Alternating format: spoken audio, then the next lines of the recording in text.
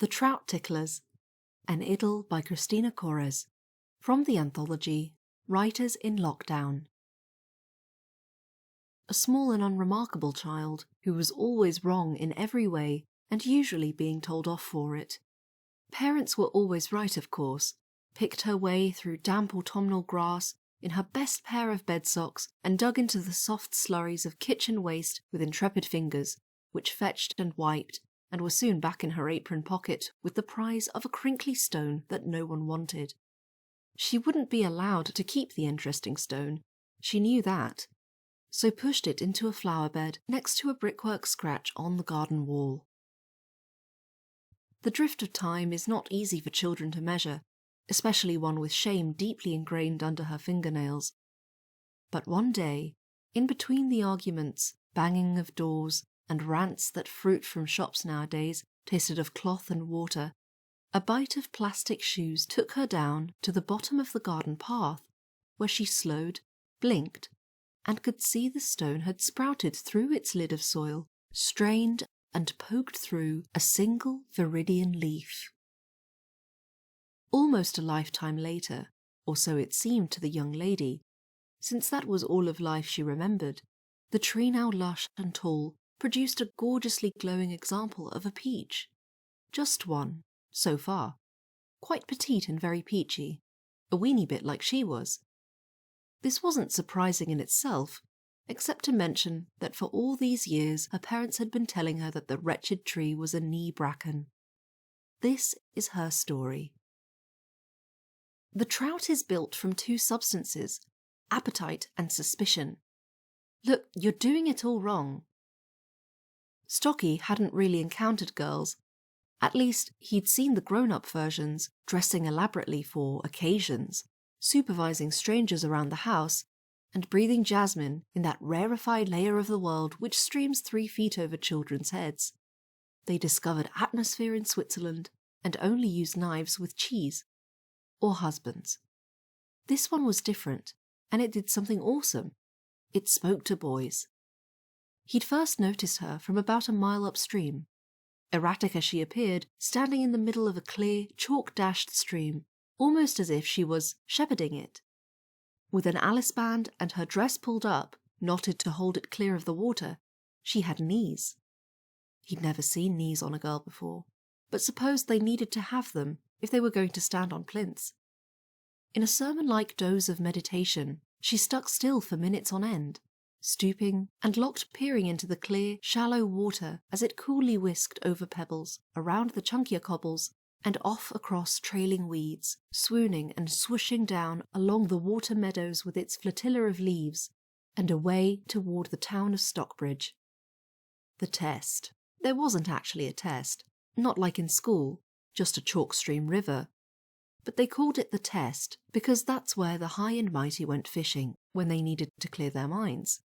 And he supposed they found it difficult, those statesmen and generals, to learn something new about the world at their age. Brown trout were the prize of these exotic summer insects that came to visit the town, and the river keeper didn't take to poachers, stuffing plenty of crusty rock salt into his cartridges. You have to stay still, very still, the damp girl told him. Don't lift your head, 'cause that's a giveaway.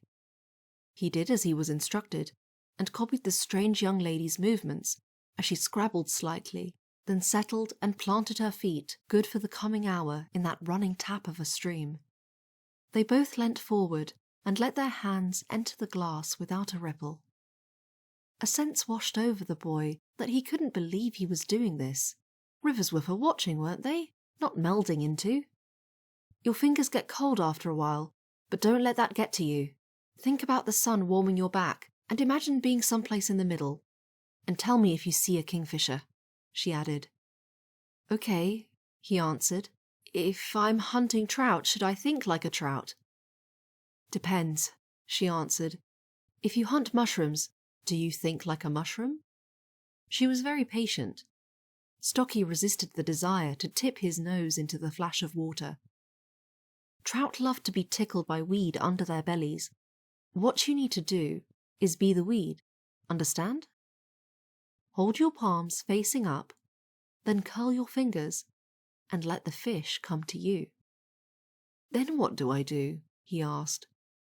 Tickle them very lightly, from underneath. Just a touch. They like it. And then if you're lucky, they go a bit sleepy. What's your name? She asked him. Stocky.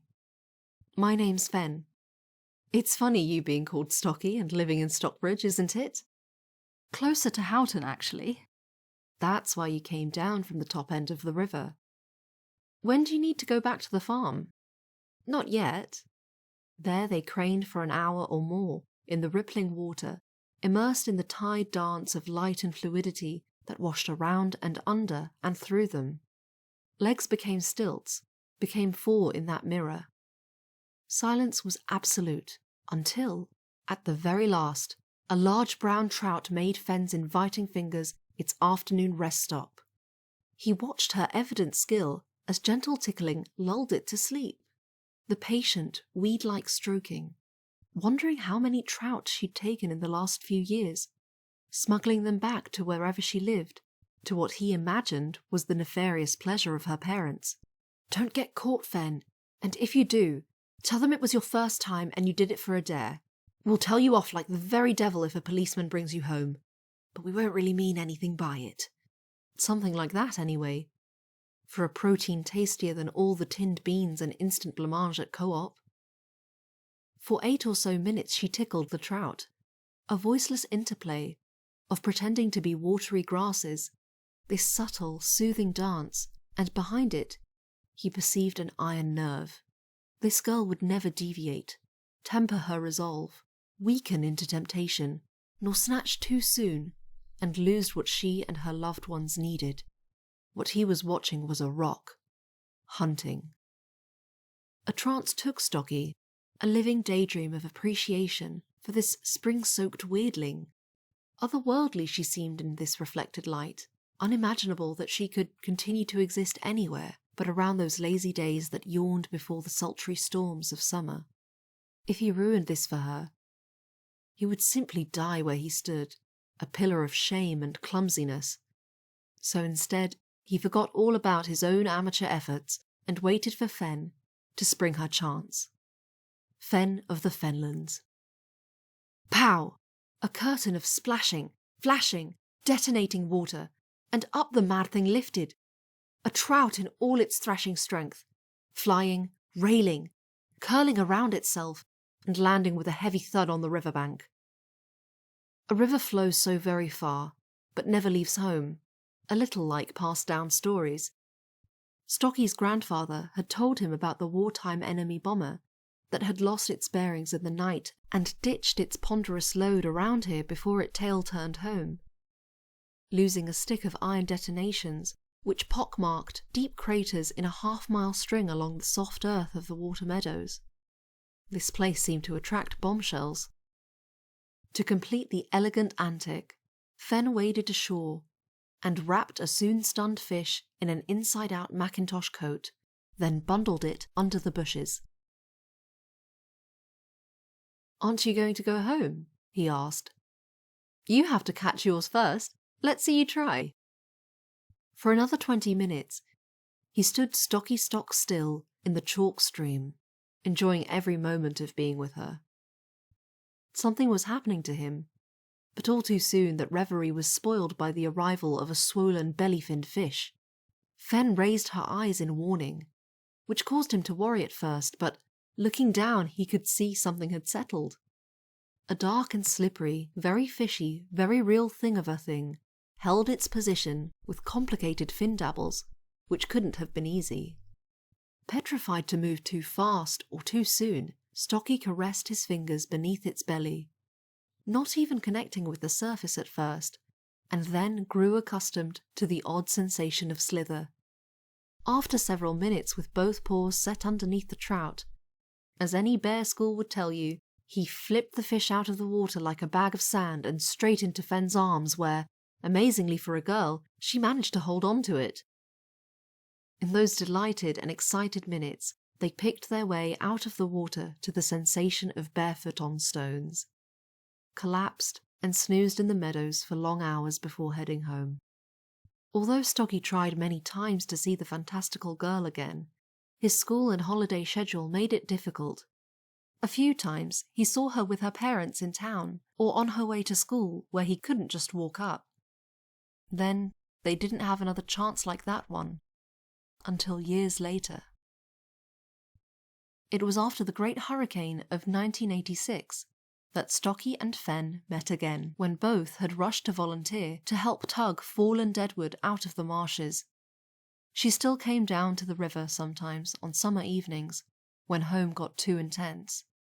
Amongst the fallen alder trees that grew and fell freely on the banks, and all the broken willows that would never now be cricket bats, Fenn and Stocky got back together. This isn't the end of her story, but here's something of his. Seasons, decades, came and went without ever changing the river. A bend or two bowed wider, and rain played with the level of the stream. But in those years, and ever since, Stocky may have been described as being made from two substances, duty and appreciation. Appreciation verging on adoration for Fenella, but duty to his books. You see, many years ago he had a forebear called Sir Robert Cotton, an unremarkable man, except for the one thing he did which was remarkable. Sir Robert liked to read, and it was he that put together the finest collection of early Anglo-Saxon manuscripts in all of history. Then, one desperate evening in 1731, a fork of summer lightning ignited his library, and the fire which followed consumed some 200 previous manuscripts. What wasn't saved was lost for all eternity, the literal shock of losing literature. Sir Robert, beyond consolation and against all reason, threw himself into the pyre of his house and passed beyond sight of his family and retainers. Then, in a burst of welcome rain, emerged choking to kneel on the lawn with a handful of salvage.